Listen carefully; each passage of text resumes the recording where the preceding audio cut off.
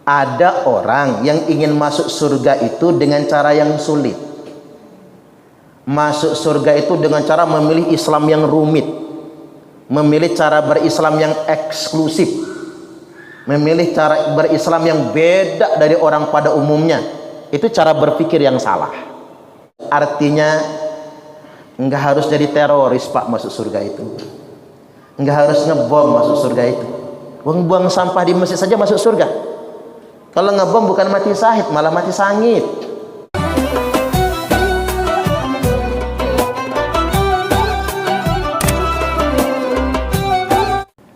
Apa kabar bapak-bapak, sehat? Alhamdulillahirabbil alamin. Sudah malam ke-20 Ramadan, terasa begitu cepat sekali. Makanya ada keterangan yang menyebutkan tanda zaman sudah tua.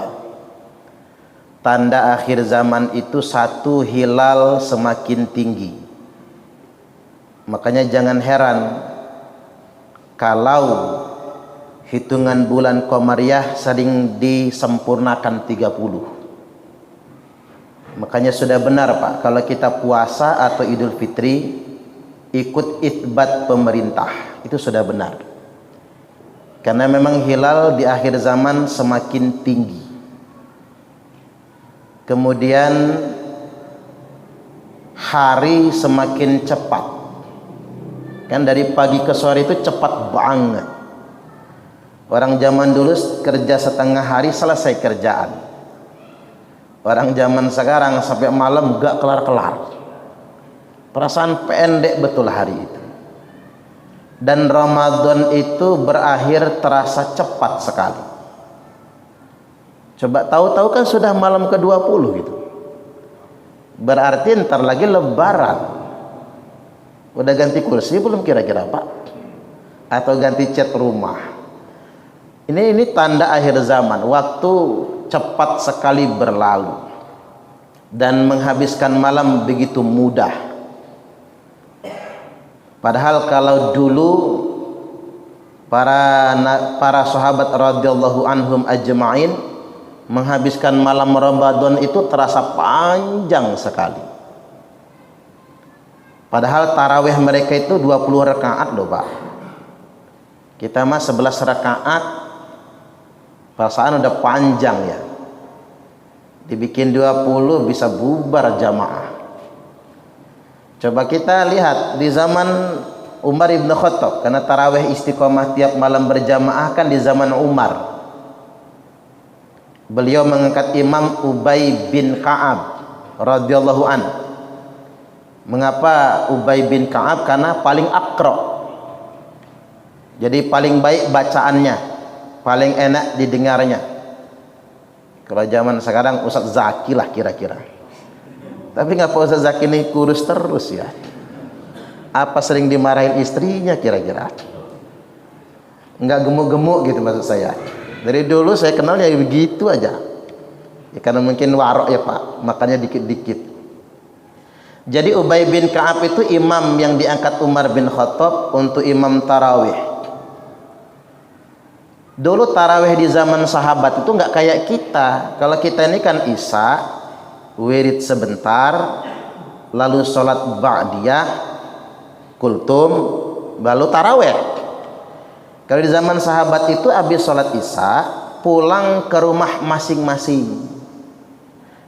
Jadi sekitar 1 jam 2 jam ba'da isya baru sengaja berangkat dari rumah untuk taraweh ke masjid.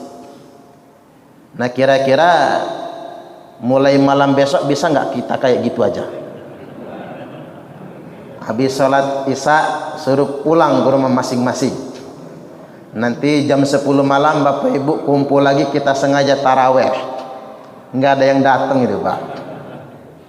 Itu taraweh di zaman sahabat itu begitu. Dan jumlah bilangannya sampai 20 rakaat. 3 witirnya 23. Dilanjut di masa Utsman bin Affan sama. Dilanjut di masa Ali bin Abi Thalib juga sama. Sampai zaman masa Bani Umayyah, Bani Abbasiyah, Maka sampai di zaman Umar bin Abdul Aziz, orang-orang di Madinah cemburu. Kok di Mekah habis 4 rakaat tawaf. Jadi 2 rakaat salam, 4 rakaat istirahat. Tapi kalau di Mekah yang istirahat itu sebagian mereka tawaf.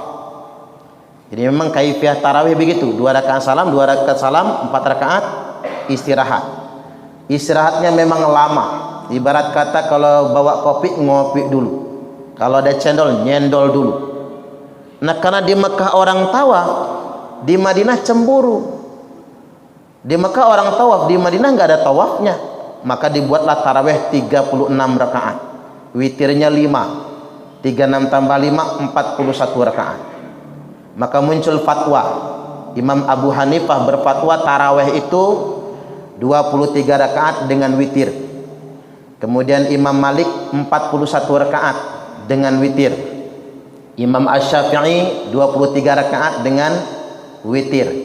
Imam Hambali 23 rakaat dengan witir. Yang 11 rakaat Imam Samudra. Boleh juga sih Pak, nggak apa-apa. Asal ya Pak. Kayak kita itu 8 rakaat dan 3 rakaat witir itu tetap kita kerjakan masna. Salatul laili masna. Salat malam itu tetap 2-2. Jangan 4-4. Kalau 4-4-3 itu formasi main sepak bola. Kurang pas. Makanya kita tetap masna 2-2. Maka di Masjidil Haram dan Masjid Nabawi sekarang ini ya tarawih dari dulu sampai sekarang masih 20 rakaat. Bacaan satu malamnya 1 juz. Kalau malam-malam ganjil, malam 21, malam besok nih 23, 25, 26 dan 27 dan 29 maksud saya, tarawihnya sampai 4 juz. Jadi sholatnya bisa 4 jam. Mulai jam 8 sampai jam 12 malam. Kalau di sini Pak dipraktekin 4 juz di Bandar Lampung ini 4 jam, jangankan makmumnya, imamnya aja kabur itu ya. Ya 4 jam gempor mah gempor kita. Ya begitu cara tarawih itu sebetulnya. Mengapa disebut dengan sholat tarawih? Yakni sholat santai, sholat yang banyak istirahatnya. Zaman sekarang sholat tarawih itu nggak ada lagi sebetulnya. Karena nama asli sholat tarawih itu kan qiyamu Ramadan, sholat Ramadan atau sholat malam di malam Ramadan. Nah, dikasih title sholat tarawih karena sholat ini banyak betul istirahatnya. Ya tiap 4 rakaat istirahat, maka disebutlah dia sholat tarawih, sholat yang banyak istirahatnya. Artinya memang kalau kita ingin bandingkan bagaimana para sahabat dulu menghidupkan malam-malam di bulan Ramadan, jauh berbeda dengan kita semua. Kita singkat, sederhana, kendati pun yang singkat ini juga nilainya tetap luar biasa. Karena Allah Maha tahu tentang lemahnya umat akhir zaman. Makanya ada sahabat yang sempat usul sama Nabi, ya Rasul, ada baiknya kita qiyamul Ramadan ini sampai sahur saja. Tanggung kalau cuma tengah malam. Selesaikan sampai sahur. Kata Nabi, jangan dong kalau bahasa kitanya. Man qama Ramadana ma'al imam hatta yang syarifah. Barang siapa yang salat qiyamul Ramadan bersama imam, berarti berjamaah, enggak duluan pulang, enggak meninggalkan imam, sampai selesai dia sholat sampai witir bersama imam, maka ditetapkan baginya sholat malam sebagaimana sholat semalam suntuk. Jadi kita ini walaupun cuma 11 rakaat ya Pak, ya paling banter setengah jam katakanlah, karena kita sholat berjamaah dihitung pahalanya sama seperti sholat semalam suntuk. Nah, ingin saya tegaskan pada kesempatan kali ini, Allah itu Maha Pemurah. Allah itu mudah memberikan pahala yang berlipat ganda. Soalnya begini Pak, Ada orang yang ingin masuk surga itu dengan cara yang sulit. Masuk surga itu dengan cara memilih Islam yang rumit, memilih cara berislam yang eksklusif, memilih cara berislam yang beda dari orang pada umumnya. Itu cara berpikir yang salah. Seakan-akan kalau ingin masuk surga itu payah. Itu cara berpikir yang salah. Dan selalu kemudian mengklaim setiap dosa pasti membuahkan neraka. Sampai-sampai dibuat tulisan, Nabi Adam dosanya 1, diusir dari surga. Nah kamu dosanya banyak, tapi pengen masuk surga, ngimpi. Jangan ya Pak, itu bahasa yang salah semua. Nah hari ini saya ingin ngajak Bapak Ibu kita berpikir gak begitu. Inna dina yusrun, sesungguhnya agama ini kemudahan kata Nabi, jangan dibuat payah. Saya ambil contoh sederhana. Kita qiyamu Ramadan, salat tarawih ini, ghufir lahu ma taqaddama min dambi, diampuni semua dosa-dosa yang telah lalu. Kita salat berjamaah, berangkat dari rumah ke masjid, dari setiap langkah kita diangkat 1 derajat, dicabut 2 dosa. Makanya kalau bisa mau ke Baitul Jannah ini jangan langsung keluar dulu Pak. Kalau bisa ke gudang garam dulu, balik lagi ke sini biar banyak langkahnya. Karena biar dicabut dosa, diangkat derajat. Lalu kita berjamaah, imam mengucap amin, makmum jawab amin barengan. Imam amin, makmum amin, maka diampuni semua dosa-dosa yang telah lalu. Ketika imam mengucapkan sami Allahu liman hamidah, jawabnya Rabbana lakal hamdu. Itu kalau madhab Syafi'i. Kalau madhab Hambali jawabnya Rabbana walakal hamdu, cuman beda huruf waw saja. Ketika imam mengucapkan sami Allahu liman hamidah, makmum jawab Rabbana lakal hamdu, maka ghufir lahu ma taqaddama min dzambih, diampuni semua dosa-dosa yang telah lalu. Ini Nabi bukan tukang iklan loh Pak. Kalau ngomong ngebual, bohong paling Nabi itu biar nyeneng-nyenengin kita. Nabi bukan tukang iklan loh. Lalu kemudian kita sholat selesai, imam menuntun kita baca istighfar 3 kali. Diampuni semua dosa-dosa kita waktu mengucap istighfar tadi, walau kanat mitla zabadil bahr, walaupun dosa kita sebanyak buih yang ada di lautan. Makanya saya kasih tahu sama bapak-bapak, ada amaliyah Masjid Nabawi dan Masjidil Haram yang diamalkan di zaman Nabi tapi tidak diamalkan di zaman sekarang, tapi dipakai orang Indonesia. Apa itu? Mengeraskan zikir setelah sholat. Anna raf'as sauti bidzikri hina yang sarifun nasu minal maktubah, sesungguhnya bahwasanya mengeraskan suara zikir ketika selesai dari sholat fardu 5 waktu, kana ana ahdin Nabi sallallahu alaihi wasallam, itu sudah dikerjakan sejak zaman Nabi sallallahu alaihi wasallam. Makanya kebiasaan di Baitul Jannah, habis sholat fardu zikirnya disuarakan, dijaharkan. Itu kebiasaan Nabi itu.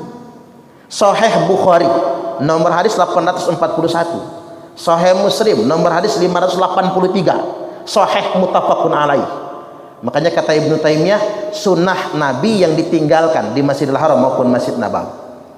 Bukan berarti imamnya salah di sana, mungkin faktor perubahan zaman. Baik, dengan zikir itu saja dosa kita diampuni. Bahkan satu hadis lagi nih, man akhraja adam minal masjid, tak ulang, man akhraja adam minal masjid, barang siapa yang mengeluarkan sebutir sampah saja dari dalam masjid seukuran tampak di mata. Kalau kata ibu saya Pak, terjelit di mata. Ini bahasa Inggris ini Pak, bahasa Inggris Kingstone ya. King itu raja, stone itu batu, batu raja Pak.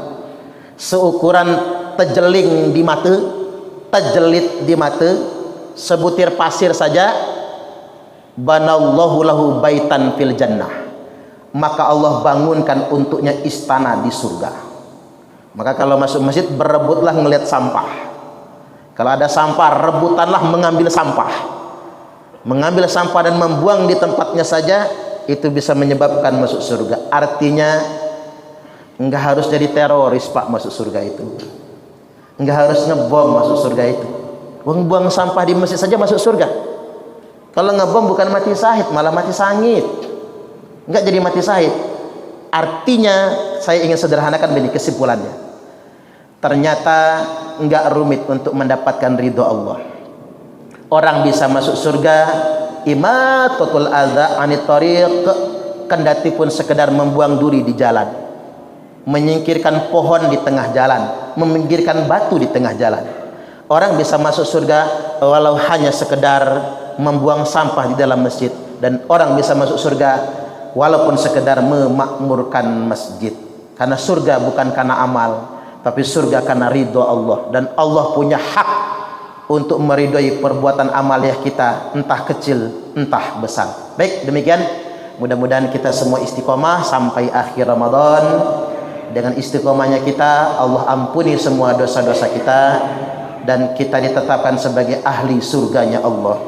Wallahul muwaffiq ila aqwamit thariq. Assalamualaikum warahmatullahi wabarakatuh.